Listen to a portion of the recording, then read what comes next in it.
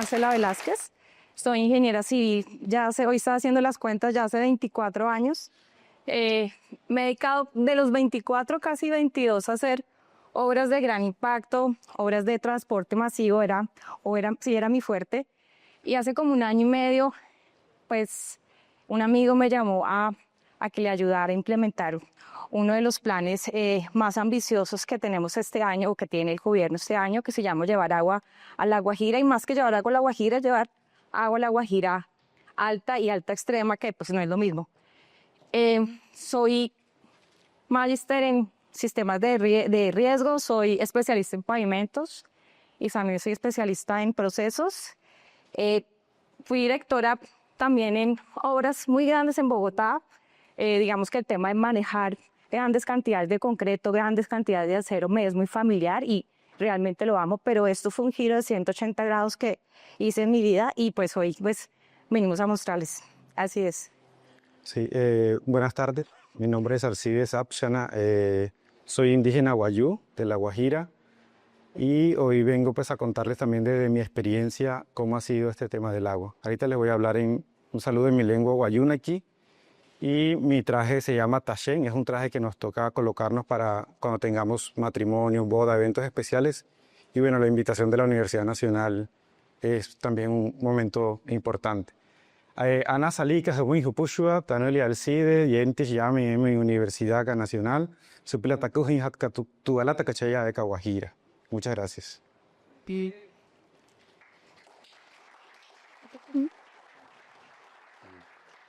Yo quiero traerlos en contexto y llevarlos a La Guajira, porque no es lo mismo estar aquí sentado que ir a ver el territorio, ir a conocer la necesidad. Y hace más o menos un mes, una de mis labores es subir a los puntos de obra que estamos construyendo, y pues yo capté este video que quiero traer para ustedes. ¿Hombre? ¿Qué estás llevando, agua? ¿Para dónde va? ¿Qué estás llevando? Muy lejos. ¿Agua? No, su casa, ¿dónde ¿Para queda? dónde va? ¿Muy lejos? No, su casa, ¿dónde queda? Chao. Chao. Bueno, esto se llama una comunidad guayú que se llama Sararao. Eso es municipio de Maicao.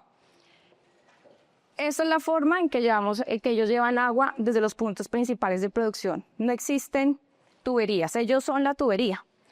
Aquí podemos ver que existe pues el transporte por medio de animales, pero digamos que en el mejor de los casos.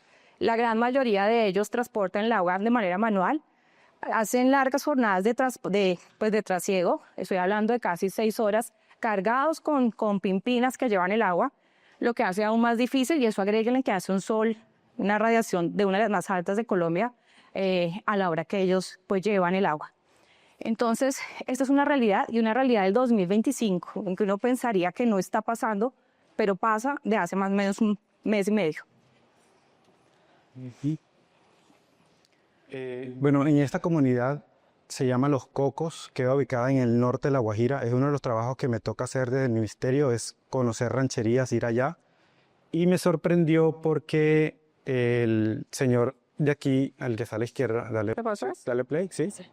Me llevó y le dije, muéstrame de dónde toman agua ustedes, le dije. Y él me explicó, vamos. Me sorprendió fue que cogí una llave y yo le dije, ¿para qué será la llave? Y fue para abrir esta tapa donde él mismo cavó hace 6 meses un foso de profundidad más o menos de 12 metros de profundidad para sacar agua. Y yo le pregunté que por qué lo tapaba. Y él me dijo, lo que pasa es que es el esfuerzo de mi familia, o sea, contándose él, su esposa, sus hijos, para el agua, para sus chivos, para consumir él, para cocinar. Entonces él decía que si dejaba el pozo abierto, cualquiera podía llevarse su agua.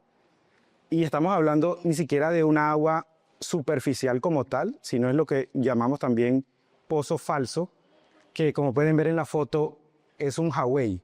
Hagan de cuenta que como la represa La Fe, si se vaciara debajo queda agua. Y ellos empiezan a cavar para sacar agua, pero al final eso tenía un límite. Entonces, yo vi eso y no solamente me sorprendí que era uno, eran más de 20 candados que había en una zona desértica de La Guajira. Y sacan el agua así con esas cuerdas. Y al final decía, no estamos lejos del cambio climático. O sea, lo estamos viviendo aquí, ahora. Y lo está viviendo un pueblo indígena que lleva años resistiendo desde sus inicios los españoles y ahora este desierto. Entonces me sorprendió muchísimo porque sí he encontrado pozos, conozco mucho, pero jamás había visto uno con candado.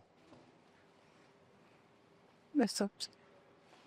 Y para contextualizarlos en cifras, porque necesitamos tener números para podernos comparar, La Guajira hoy tiene una proyección de población, según el DANE, de más de 1 millón de habitantes, de los cuales más de la mitad son comunidad indígena. Y se pueden dar cuenta en la gráfica de acceso al agua, pues es la que menos acceso a agua potable tiene. Nos encontramos o se encuentran en el último lugar con un 13% apenas de su población. Y pues de la mano de eso, claramente la mortalidad y la morbilidad en los niños, en general en toda la población es altísima. Digamos que más que llevar agua, nuestra intención es que estas cifras bajen. Estamos muy seguidos de Chocó, un sitio donde llueve mucho, pero aquí en La Guajira doblamos el promedio nacional en temas de mortalidad y morbilidad.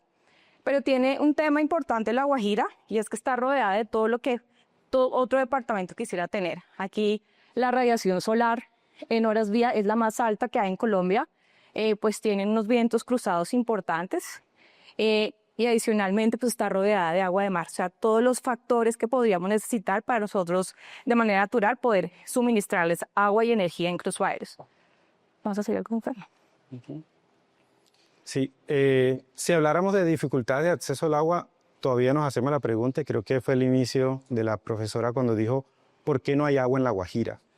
Y es que, en realidad, la dificultad más grande de agua en La Guajira es porque no hay ríos. O sea, el único río que tenemos es el río Ranchería, y llega más o menos, si quieres señálame, Marcela, más o menos en Manaure, como en la costica de Manaure. ¿Llega hasta acá? Hasta ahí. Hasta ahí llega el río Ranchería. Y llega nada más con una vena muy pequeña. O sea, lo que es Uribia, toda Uribia no tiene ríos. Allá como se abastece el indígena Guayú Una, así como vieron en la imagen, cavando pozos debajo de la tierra, más o menos en promedio, yo el más profundo que conozco es de 40 metros, y no pueden más porque ya el agua los tapa y no hay oxígeno, o sea, no hay pipeta de oxígeno para seguir cavando la tierra. Entonces llegan hasta donde ya el pulmón les dé o donde ya no dan para cavar más. Y una de las grandes dificultades, porque bueno, somos un pueblo indígena muy disperso, o sea, estamos en diferentes puntos de La Guajira, y también las vías de acceso. Y lo otro es que no llueve, o sea, allá el sol es tan intenso y la brisa es uno de los lugares donde más hace viento en toda Colombia, donde están los proyectos de los parques eólicos, y eso que genera que la nube no se queda quieta, sino que la vemos pasar. Pasa súper rápido, entonces en lo quedarse quieta, no llueve, no está lloviendo. Dale, siguiente. Traje esta diapositiva para que más o menos tengan una idea. Todos esos punticos amarillos que ven ahí es una casa. Ese es Uribia, y Uribia tiene más o menos 8.200 kilómetros cuadrados.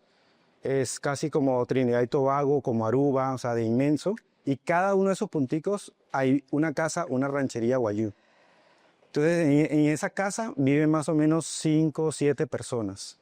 Y la ranchería se agrupa ya cuando son varias casas que tienen un mismo clan. Yo me presenté como Apshana, entonces ese clan Apshana vive ahí. Y ustedes dirán, bueno, pero ¿por qué viven en un desierto? ¿Por qué no se van donde hay agua? ¿Por qué no se mudan? ¿Por qué no se agrupan en una ciudad? Y no somos muchos, somos 300.000 indígenas. Hay ciudades mucho más grandes acá, Bello, Itagüí, que pueden superar ese número. Pero digamos que nosotros no nos mudamos, y es porque allí hay nuestro cementerio indígena. Y como culturalmente nosotros tenemos esa comunicación a través de los sueños, y el cementerio para nosotros es un lugar sagrado donde vamos a morir, donde vamos a estar allí. Entonces no nos mudamos porque están nuestros restos allí, y construimos alrededor de ese cementerio. Entonces esas son nuestra tierra, y es lo único que nos identifica como guayús. Una de las cosas que nos identifica como guayú es el territorio, y por eso estamos allí. Y sabemos que hay territorios que no tienen agua, pero no nos mudamos porque el de al lado ya tiene su territorio, entonces no queremos entrar en conflicto y nos quedamos ahí. Si nos toca caminar a 2 kilómetros a buscar el agua, lo buscamos. Pero esto cuando viene un proyecto del gobierno, cuando viene cualquier proyecto, tal vez no lo entienden. Entonces, poder decir que una de las grandes dificultades para llevar agua a La Guajira es la dispersión de la población, porque tendrían que hacer 22.000 pozos de agua, prácticamente, o la mitad, 10.000 por lo menos, y lanzar tubería y la presión, pero no alcanza. Bueno, acá el agua, como es tan limitada, el acceso hoy que tenemos como Guayú al agua es más o menos de 20 litros de agua diarios. Eso equivale a una ducha de 5 minutos en Bogotá, en Medellín, Barranquilla, en otras ciudades. Nosotros con esos 20 litros que equivale a una pimpina que llamamos en La Guajira, con eso nos duchamos, cocinamos. O sea, el Guayú literalmente puede ser la persona que más ahorre agua a pesar de que está en la escasez. Pero nosotros vemos el agua desde otra cosmología, desde otra cosmovisión. Para nosotros el agua viene de Juyá, que es la lluvia, y fecunda la tierra, Ma. Y al llover, ese fenómeno que da, que puede ser tan natural y a veces pues es incómodo para muchos porque nos mojamos y todo, para nosotros esa simbología es que va a nacer plantas en la tierra. Y nacen frutos, los animales pueden tomar agua, nosotros. Entonces, la lluvia y el agua para nosotros es fundamental. Otro símbolo para nosotros de la importancia del agua es a través de los sueños. Cuando nosotros tenemos malos sueños, debemos tener agua en nuestra casa para bañarnos inmediatamente y ese mal sueño se va. Entonces, el Guayú siempre conserva el agua allí. Entonces, aparte que tiene que buscar los 20 litros para toda su familia, debe de buscarlo a 2 kilómetros porque no lo tiene en su casa. No hay una llave que abrimos y tomamos el agua fría, no lo hay. Entonces, nos toca buscar el agua más o menos a 2 kilómetros de distancia. En el mejor de los casos. Bueno, ¿y qué llegamos a hacer, digamos, en este plan Winaulés, que en su traducción a Wayuunaiki significa agua limpia? Fue inventariar qué había, porque cada entidad, cada ONG que va y a su aporte en La Guajira, pues tenía un inventario, pero nunca nos habíamos sentado a ver tú qué tienes, tú qué tienes, tú qué tienes, y juntemos a ver qué es lo que hay en este territorio. La Guajira, aparte de ser todo lo que ya les dijimos, es un cementerio, infraestructura. Si ustedes la recorren, algún día encontrarán cabezales de tuberías, tanques por todos lados, sin ningún uso, tirados. Y lo que pasa es que el llegar allá y mantener que la infraestructura dure en el tiempo es el reto quizás más importante. Entonces, en ese inventario encontramos alrededor de 7.400 fuentes de agua. Eso no quiere decir que todas estén funcionando, ni que todas estén aptas para consumo humano. Y con ese número iniciamos, es nuestra meta, pero en un periodo casi de más de 10 años. Porque es un proceso muy, muy lento ir a verificar, no solo ir a verificar, sino ir a poner agua potable a los puntos. Y empezamos con una etapa de intervención. Aquí empezamos a que la ingeniería haga su magia, y es ver cómo los ingenieros sentados en Bogotá y sentados en Riohacha, porque somos el único equipo que tiene personal exclusivo en territorio para tratar este tema, iniciamos a establecer un programa, un plan para llegar a todos, o al menos impactar a la gente más necesitada.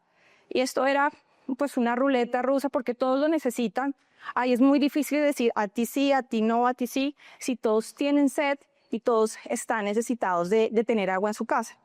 Entonces lo primero era hacer un diagnóstico y focalización, y es que alguien del territorio, perdón, alguien del equipo sube, verifica el estado de los pozos, y esas fotografías que les traemos es lo que hemos encontrado.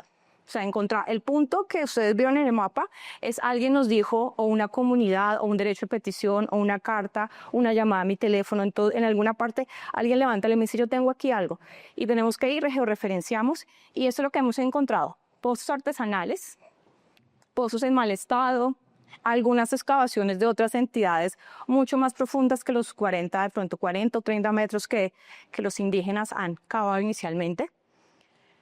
Y nos sentamos a hacer un diagnóstico social. O sea, yo estoy aquí, pero no le puedo dar agua a todos, por dos razones. Y la primera, ya que estamos hablando de ingeniería, es que yo no sé hoy cuál es la cantidad del agua subterránea en La Guajira.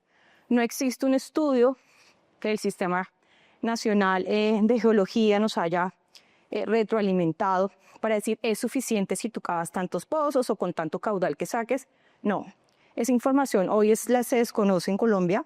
Es un proyecto también que debe hacerse, pero inicialmente nuestra tarea es lo que existe, sacaba agua, entonces usémosla y trabajemos con ella.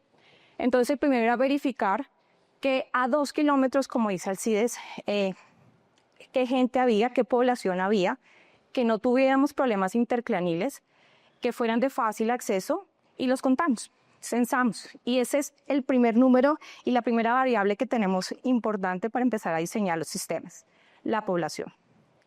El segundo es cuánta agua le doy a cada persona. Y aquí pues me hicieron el favor, la verdad. Yo pudiera irme a lo que dice el RAS y el RAS urbano, pero pues es imposible porque la cantidad de agua pues no es suficiente. Entonces la Corte Constitucional pues me hizo el favor de darme un decreto, perdón, una resolución, una sentencia, que es la T-302, y me dijo, como mínimo, si usted va a hacer eso, dele 20 litros a cada persona, que es lo que dice el CIES que hoy les está montando.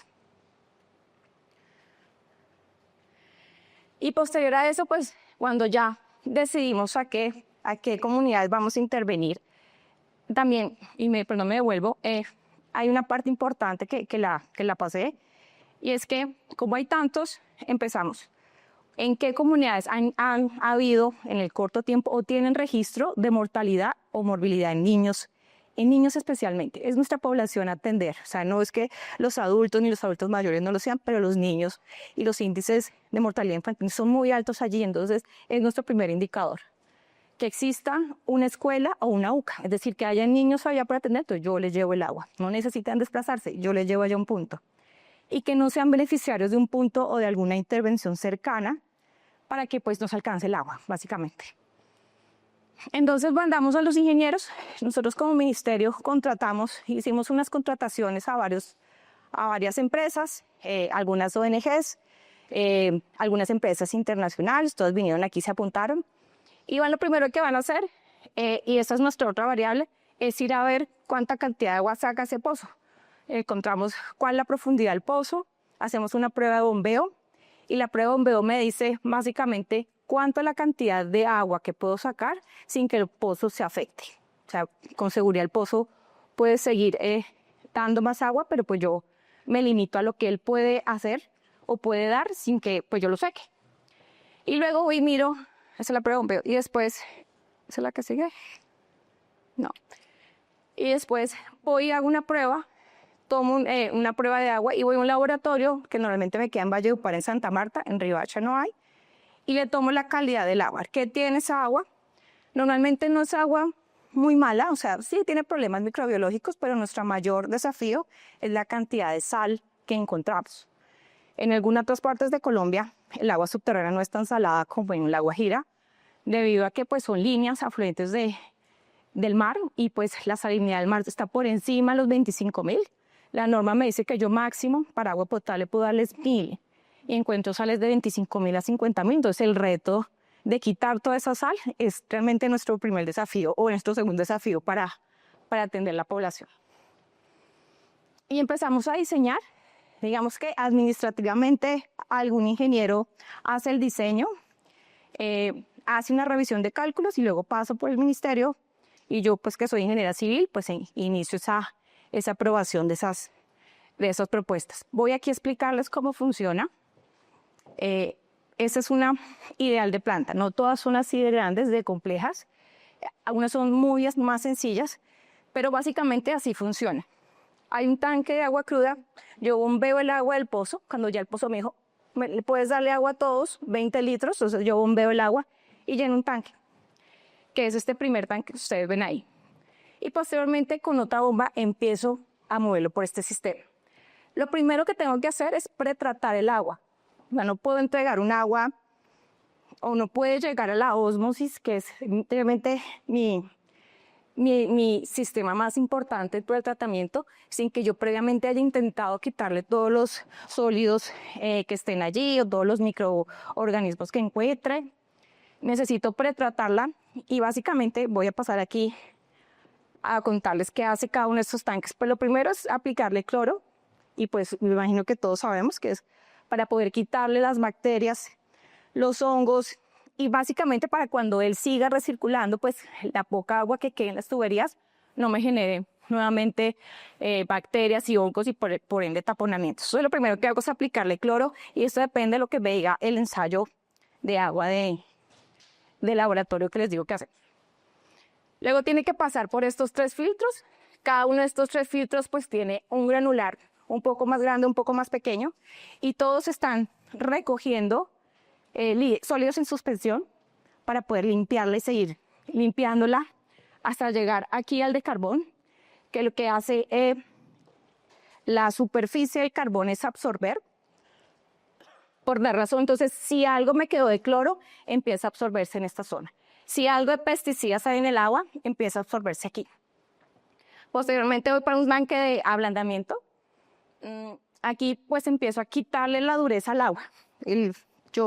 Al quitarle o al agregarle el cloro y pues ver que finalmente es agua de mar, que es de las aguas más duras, pues empiezo a ablandar el agua, es decirle que le quito el magnesio y el calcio. Y posteriormente, por medio de propulsión, pues llega el tanque antioxidante y antiincrustante, que son procesos iónicos, para evitar que se formen coágulos y me vayan a tapar la tubería posteriormente. Aquí llegamos a la ósmosis inversa, que finalmente es nuestro proceso más importante. Es lo que realmente cuesta de todo el proceso, es lo más costoso. Son membranas con unos agujeros muy, muy chiquitos, 0.401 micras, y solamente pasa la molécula de agua. Con esta bomba la impulsamos a fuerza, entonces ella solamente deja pasar el agua y retiene todo lo que no sea. Pues lo que me quedó, calcio, material granular se me quedó y todos los minerales. Aquí sale un agua destilada. Yo aquí podría, pues perfectamente, y lo hacemos en algunos casos, sinceramente, entregarle el agua para consumo humano, porque en este momento es agua apta para consumo humano, pero es agua desmineralizada. ¿Lo bien? O sea, sin minerales que puedan hidratar el cuerpo humano. Entonces, lo que hacemos en estos otros pasos es meterle esos minerales, volvemos a pasarlo por un filtro UV para eliminar los microorganismos, y aquí ponemos cloro en un filtro de calcita para que podamos llenar este tanque y podamos hacer distribución. Y estas son la obra, el proceso de obra ya en La Guajira. Hacemos una caseta, en esta caseta guardamos esto que les acabo de contar y que les diseñé, que están aquí. Y esas son las fotografías que les trajimos, intervenciones, fotografías aéreas de intervenciones que hemos hecho. A veces usamos también y mejoramos los molinos de viento y los usamos de respaldo para la extracción de agua, los tanques. Y de la mano de esas intervenciones hay unas de mayor escala que se llaman pilas públicas. Es el mismo proceso, solo que entregamos agua mínimo 8.000 habitantes. El radio de intervención es muchísimo más grande y tiene adicionalmente un tema, digamos, social, porque encontramos parques y sitios de reunión para los indígenas.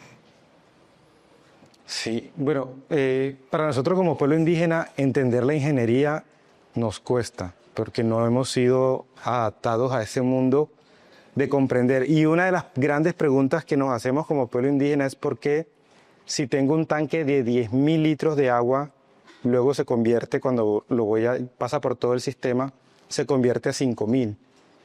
Y ellos dicen que se reduce mucho el agua. Entonces les explicamos que la ósmosis tiene que sacar el 50% de agua rechazo, un agua que es la salada para poder tener. Entonces, esta ingeniería, nosotros este trabajo de contarle a ellos la ingeniería la trabajamos a través de un programa, de una línea del programa que se llama sostenibilidad o aseguramiento.